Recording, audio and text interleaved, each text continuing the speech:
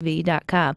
And you'll see that I'm not alone today. We are all anticipating the 58th Annual Dixie National Rodeo, and it is here this week. The main event starting up at the end of the week. And joining us today is Miss Dixie National, Jacqueline Ervin of Magnolia, Mississippi. So welcome. Hello. How are you? Congratulations. Thank you. I love that yours is a nice hat with your crown attached. So is your crown attached to your hat, or is the hat and the crown all one piece? I can lift it up. So that if I want to swap hats, just pick it up and put it on a different one. That way you're not limited to it. Yes. I like how you do that. Okay, I think this is super cool. This is a really busy week for you, so thank you for taking the time. Of course. But let's talk about Miss Dixie National, because it's one of those that I feel like shows the qualities of young women throughout our state who enjoy agriculture, who enjoy the rodeo, who just enjoy a certain kind of lifestyle. And you get to put all of that on display and your talents as well. So how did you get involved with the Miss Dixie National? Okay, so it started out, I was a Dixie National flag girl, and I did that for 3 years. And then I was like, I'm the kind of girl that's like, okay, what's next? And I always want to shoot for as big as I can do. So I was like, okay, Miss Dixie National. So that was actually in 2021, and I competed for that and won. And I was like, okay, what's next? So then I was like, Miss Rodeo Mississippi. And so this past November, I competed for the title of Miss Rodeo Mississippi, and here we are. Here we are. Yes. Well, that's really cool. So the flag girls, though, for those that may be coming out for the Dixie National, you all are the ones who ride out at the beginning and get to carry all the different flags. That's really exciting. Do you have to try out for that, or is that a pageant, part of the pageant as well? How do you get to do that? Okay, so it is not part of the pageant, but they do have like a tryout for it. So when I did it, it was a you submit videos and you submit like a resume and stuff like that. But now I think it's turned into where you will like do the same, submit videos, and it's a different, like there's stages. So then you'll do that, and then you'll come ride, and they'll watch you, and then they'll select a team. And then that's how they pick the flag girls. Well, I was sharing with you that is my girl's favorite part of the entire event, which is the beginning. Oh, yes. I know. And then some others in between, but it's because it's mesmerizing. It's beautiful, and it's great to see young women on top of their horses showing off their craft and also representing, the flags and all. And so that had to start earlier, because the things is a little bit different with the Miss Mississippi Rodeo or Miss Rodeo Mississippi, is that you have this connection with, horses and the agriculture and the land in a little bit different way than maybe some other pageants. So did you grow up around horses or grow up with the rodeo? I did. So actually, funny story, I didn't know we had horses. I guess I assumed that there was just random animals in the pasture. And one day me and my siblings walked out there and we're like, oh my goodness, we found horses. We didn't know that, no, we did not find horses. We had horses. And so we would push them up against the fence and hop on them. And then one day we let it slip that we had found these horses. And they were like, no, those are ours. And if you're going to ride them, let's at least do it safely. Here's how you saddle a horse. Here are the proper tools that you need to get on a horse safely and execute that. So that's kind of how it started. And then once we figured out how to properly ride a horse, then we eventually got a trainer who started teaching us barrels and all the other events that go with it. And then tried a few, like goat tying wasn't my forte. And then I'll have to admit, I get up and go powder my nose, grab some popcorn during those events at the rodeo. Oh, yeah. I know it's safe. I know they're fine.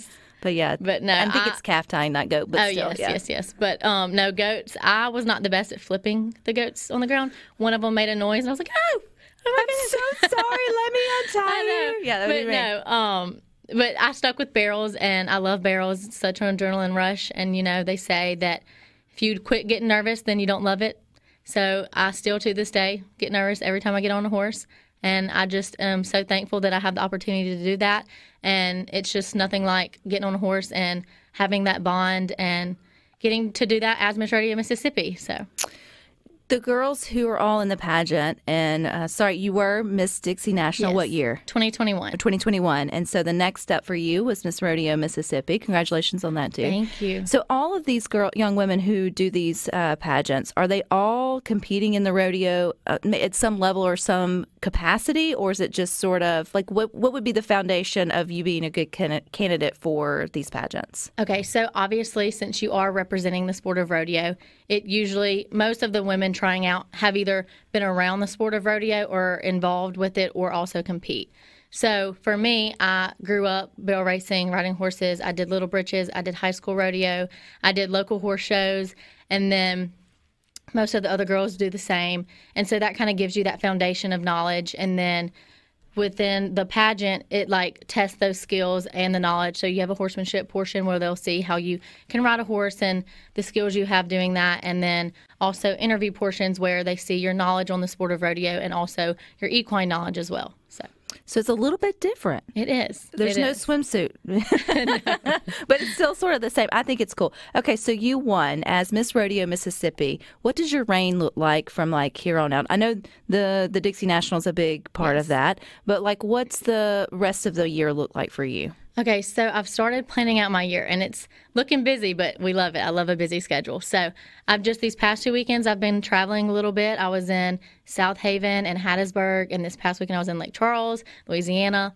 And then so these next 2 weeks I'll be in Jackson for the Dixie National Rodeo, which is Mississippi's big to-do rodeo. And then after that, I'll be in Corinth the weekend after the Dixie Nationals. And then after that, I will travel to Oxford. And so as of right now, those are I'm trying to get through these next few weeks, and then I'll sit down probably tomorrow. I think I have planned out to sit down and start planning the rest of March and the rest of April and into the summer. I'll graduate in May from Mississippi State with a degree in business administration. And so once that's over, then I want to go full-fledged traveling over the summer. I want to go up to the west side and travel all that and see all that. But so far, that's what I have planned. You got a busy summer. I do. You have a very busy. Is there a national for like Miss America or Miss Rodeo America? Yes. So in December, I will compete in Las Vegas, Nevada for the title of Miss Rodeo America. And it is an 8-day pageant. And I am extremely excited. And I am starting to get into all of the studying for that, which is a lot, but I'm excited, and I'm excited to learn and grow and develop all the skills that I will need to compete for that title. So what are the skills? I mean, this is very interesting. It's a completely different sort of, I guess, competitive process than what you would normally think of a pageant. Do you ladies even call it a pageant? Am I using the wrong terminology? No, yes, it is a pageant. Okay. I didn't know a competition or sort of way. Like for studying purposes, like is it more about the sport of rodeo or is it your equine studying? Like what will you be? It's everything. So there is horsemanship, and you'll have an interview for that, and then also knowledge, so all about rodeo, and then your horse, like everything on a horse, and then the diseases and just everything, pretty much everything about everything is what you need to know. But it's, yes, so. Do you get to take your horse to Las Vegas? No. So for horsemanship, for the horsemanship portion of the pageant in Las Vegas, they provide the horse. So you will get on them right before. What if you don't jive? Well, then you don't jive. It's all about your horsemanship. It's like Married at First Sight. How do I know that? How do I know it's all about your horsemanship skills and how you handle what horse you're given, because throughout your year, you're just handed a horse to either carry a flag on or do your hot lap for your Queen's Wave. And it's just, you don't get to pick that horse. They give it to you and you hop on and you go. And so that is what it's like showing is your skill to be able to hop on whatever they give you and whatever size saddle, whatever length stirrups, and just be able to still execute that in a rodeo queen way and look presentable. So, well, here I am thinking you and your horse got to just travel around together and live this merry life. I'm assuming, though, you did get to bring your own horse for the pageant here centrally. So what's your horse's name? Khaki. Khaki. I love that. She's a buckskin, yes. So how long have you two been partners? She's very new. She's very, very new. So this, for the Dixie National Rodeo, will be her debut for a rodeo. So you do get to ride. So at yes, least I'll have her for Dixie Nationals, and we're just crossing our fingers that things go well. Well, I think it'll go. She'll fall in line with sort of the rest of them. But you, as Miss Rodeo Mississippi, you come out last, right? You get to carry the American. Who carries the American flag? So Miss Rodeo America will be here for the first portion of the rodeo, and she will carry the American. And so she will go last also in the Queen's Wave. But whenever she leaves, then I'll get to carry the American. And I'm super excited about that. See, I know my Dixie. I'm like, yes. It comes around, and then it has like sort of the flow. But no, I'm excited. That's kind of what really, like, when I remember coming as a child watching the Dixie National Rodeo, I was like, oh my goodness, like that is so cool, them carrying the flags. And so it's kind of like a full circle moment. I can't wait to be able to sit out there and, look around. And I know there'll be lights, and I'll probably be blinded and not be able to see anything.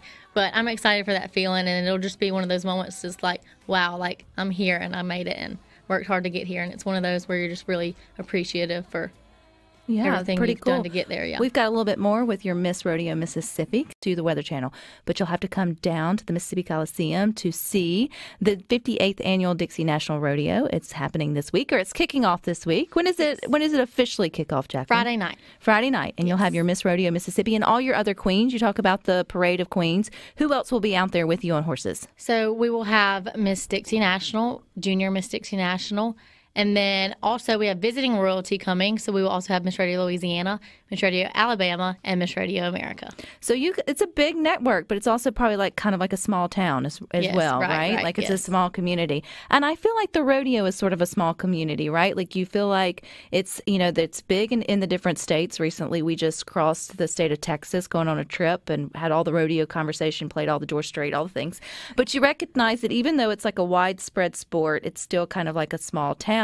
And you don't hear a whole lot about the sport of rodeo here in Mississippi, except for this time of year. Yes, for those who aren't actively involved, how big is the sport of rodeo in Mississippi? So it is pretty big. Like I was saying earlier, I've been traveling the state. So I was in Hattiesburg and then South Haven and now here. And then I'll go to, where was it? Corinth, and then I'll be in Oxford. So it is pretty big. I mean, we have a decent amount of rodeos. Obviously, we don't have as many as other states do, but the South is a pretty big place for rodeo, and Florida actually has more PRCA rodeos than any state. I would not. I may need to be fact checked on that, but I'm pretty not sure. Have guessed that at all. I know, right? You'd have thought Texas. I know, but so yeah. And then what was the rest of your question? Sorry. Well, just how big is it, like in terms of popularity, just on an everyday basis? I mean, do we have a lot of young adults, or I guess young kids, who are feeding into the sport of rodeo? Yes. So there's a lot of associations that kind of get them going into. Obviously, for PRCA, which is what the Dixie National is professional. And then so we have like Little Britches high school rodeo that kind of get children to start going up to the professional level, and they have those in most states. I know in Mississippi that we have a good solid foundation of that. But yeah, I mean, rodeo is a big thing, and a lot of people don't really, I guess you would say, think of it much other than the Dixie National in the state of Mississippi, because it's not advertised as much as the Dixie National because it is our biggest rodeo. Right. And so, but yeah, I mean, rodeo is a huge part of a lot of people's lives, but it also, that is my job as being Miss Rodeo Mississippi, is to promote it and to further get the knowledge out there about it and other rodeos. And so I hope that this year that we can encourage others to come to more rodeos and be a part of that community as well. And recognize that it takes an incredible amount of work and skill and talent and athleticism to get out there and do some of the crazy things that you some of them choose to do in the sport of rodeo. Okay, so for the Dixie National, it's part of the PRC, which is the professional. So what does it take for those that are competing who make it through the next coming nights to be able to go out there on the dirt and sort of compete?